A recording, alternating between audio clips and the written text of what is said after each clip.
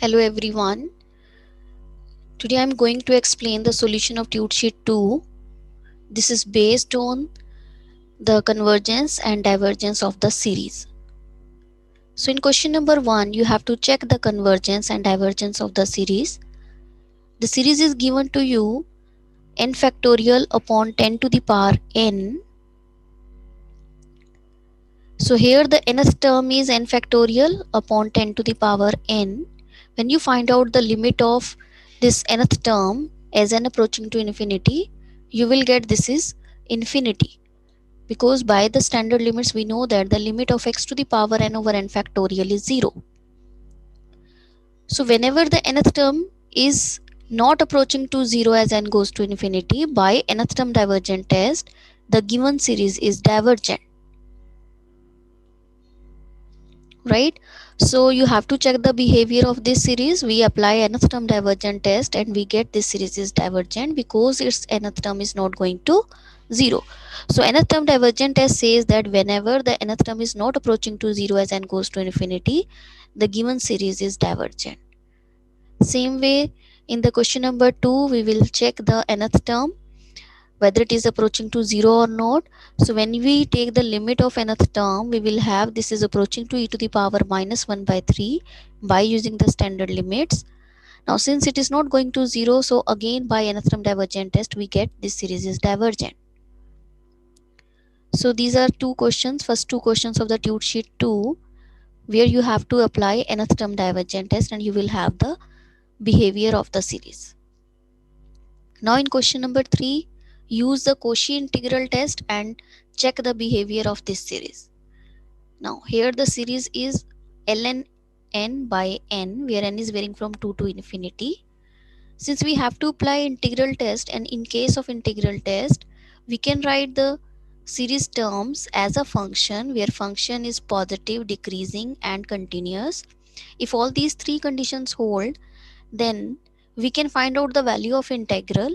If the value of integral is finite, we will say our series is convergent, and if the value of integral is infinite, we will say the series is divergent.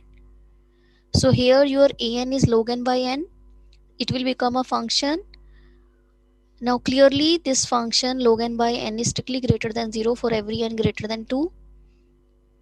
Also when you find out its derivative, we will have this thing which is negative whenever this n is greater than e. So we get this condition that whenever n is strictly greater than e, this function is decreasing. Now since function is differentiable, so therefore it is continuous also, so we can apply the integral test. So when we apply the integral test, we find out the value of integral going from this e to infinity, and then you just substitute the value of log n to be substitute log n to be t and transform this integral in the function t.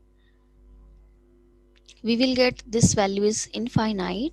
So the value of integral is infinite implies the series is divergent. So in this way we can apply the integral test. We have to check three conditions. If all these three conditions are satisfied, then we can apply integral test. Means we can find out the value of integral.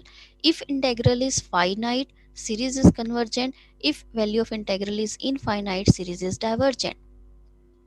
The same way in question number 4, you are given 1 over cos hyperbolic n. As we know that cos hyperbolic n is e to the power n plus e to the power minus n by 2. So we can use this formula. We can substitute the value of cos hyperbolic n over here. We get a series in exponential, right? You just simplify this, we have this thing.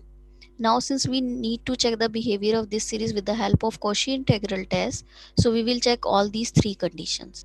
So clearly this function is greater than 0 for every n.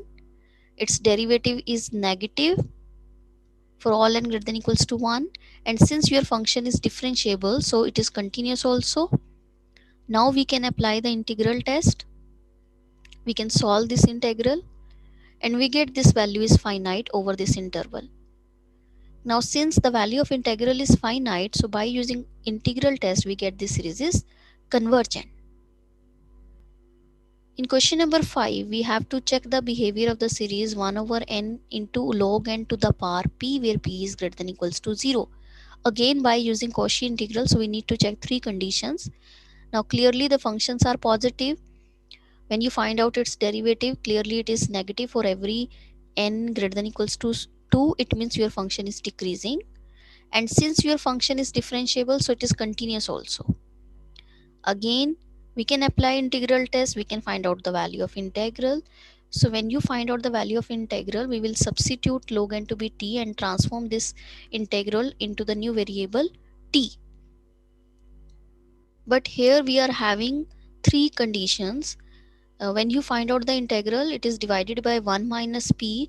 Now if your p is exactly 1, it will be 0, so you will have infinity. So we can integrate provided p is not equal to 1. This will become the condition over here. Now the case 1, when p is strictly greater than 1. If your p is strictly greater than 1, then 1 minus p will be negative. It means this term is in the denominator, and when you put infinity you will get this value is 0, and when you put log 2 you will have a finite number.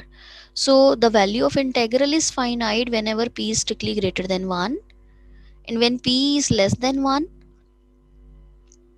this term remains in the numerator, and when you put infinity you will have infinity. So for p less than 1, the value of integral is infinite. Now the case left when p is exactly 1. So when you put p to be 1, you will have this series, right? Again, you can apply the Cauchy integral test over here, so you can find out the value of integral. So after simplifying this, we get this value is infinity. So what we have, that for p less than equals to 1, this series is divergent, and for p greater than 1, this series is convergent by using integral test. Now in question number 6, we have to check the behavior of the series tan inverse n upon 1 plus n square. Now since tan inverse n is finite, for all values n is equal to 1, 2, 3 and so on, so we can check its behavior by assuming n series bn to be 1 over n square. So if we choose series bn to be series 1 over n square, since we know that this series is convergent by using p series test, and now we can apply limit comparison test. So in case of limit comparison, we will find out the limit of an by bn. This is our an series, this is our bn series. Now take the limit of nth term of an and bn. When you simplify this, you will get this is tan inverse n into 1. When you take n tending to infinity, tan inverse infinity is pi by 2, which is finite number.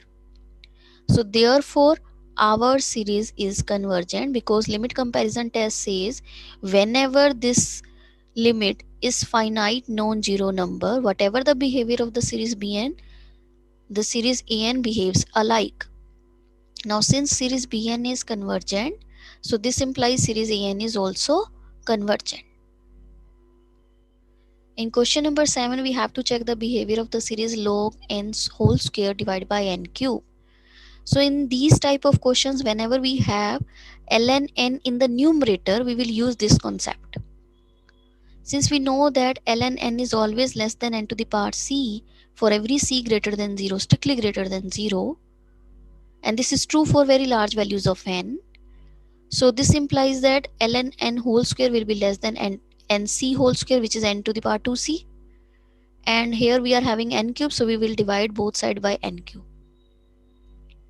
Now you just simplify this and get the value of c. Since we know that if this series is strictly less than this series and this series is convergent, then by a direct comparison test, this is also convergent. Now for the convergence of this series, we require this thing that this p should be strictly greater than 1. So if we simplify this by taking this is greater than 1, we get c is a number which is lying between 0 and 1. So if we choose c to be half, simplify this, we will have series bn to be as 1 over n square, and which is convergent by p series test. So therefore by direct comparison, this series is less than this series, and this is finite, this is convergent, so this is also convergent. So this is by using direct comparison test. Same way in question number 8, we can check the behavior of this series. Again we will use this same thing, that ln n is less than n to the power c for every c greater than 0. ln n whole square will be less than n to the power 2c, right? and then we can divide by n to the power 3 by 2 to both side. Just simplify this, you will get the value of c, that our c is lying between 0 and 1 by 4, so we can choose c to be 1 by 8.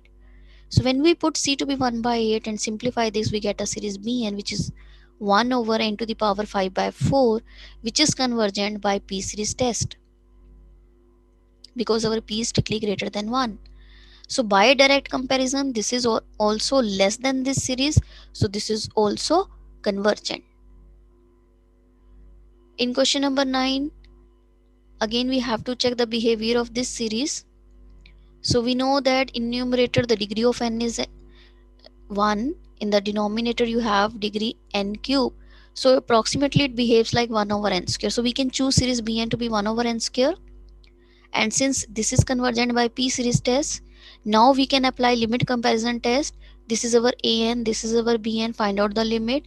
Since this limit is finite non-zero number, so whatever the behavior of the series bn, series an behaves alike. So we get series an is also convergent by limit comparison test. Now the next is we have to check the behavior of this series. Since we know that n square will be strictly less than 1 square plus 2 square plus 3 square till up to n square, so its reciprocal will be, so 1 over n square will be greater than this. Now since we know that 1 over n square series is convergent by p series test and this is less than this, so this is also convergent by direct comparison test. In question number 11, we have to check the behavior of this series. So we can apply nth root test. What is nth root test? Nth root test says that we will take the limit of nth root of an. If this limit is strictly less than 1, then the series is convergent. If this limit is strictly greater than 1, the series is divergent. And for equal to 1, the test fails. So when we find out the limit of nth root of an, after simplifying we get this is half, which is strictly less than 1. So by nth root test, the given series is convergent. In question number 12, we will apply the ratio test. Ratio test says that we will find out the ratio of n plus 1th and nth term. We simplify this. Whatever this limit, if this limit is strictly less than 1, the series convergent. Limit greater than 1, the series divergent. And equal to 1, test fail. So in this case, when we simplify this, we get the limit is strictly greater than 1. So by ratio test, this series is divergent. Same way we can check the behavior of question 13. We are having a series in the form of factorials. Whenever we have a series in the form of factorials, we will apply the ratio test. So when you apply the ratio test, means you find out the ratio of n plus 1th and nth term. In case of factorials, most of the terms are cancelled out.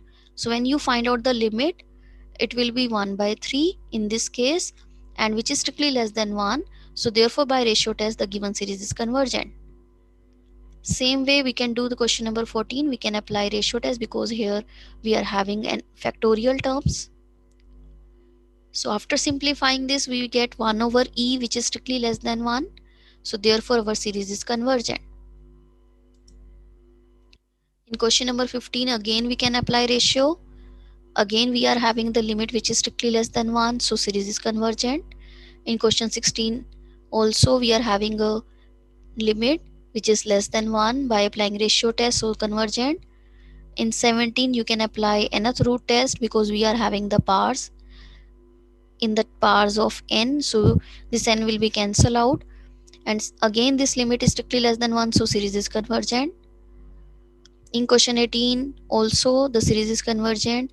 In 19, the limit is infinity, which is greater than 1. So by nth root test, the series is divergent.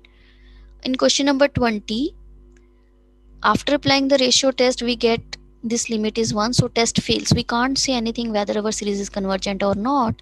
So we will find out the terms of the series.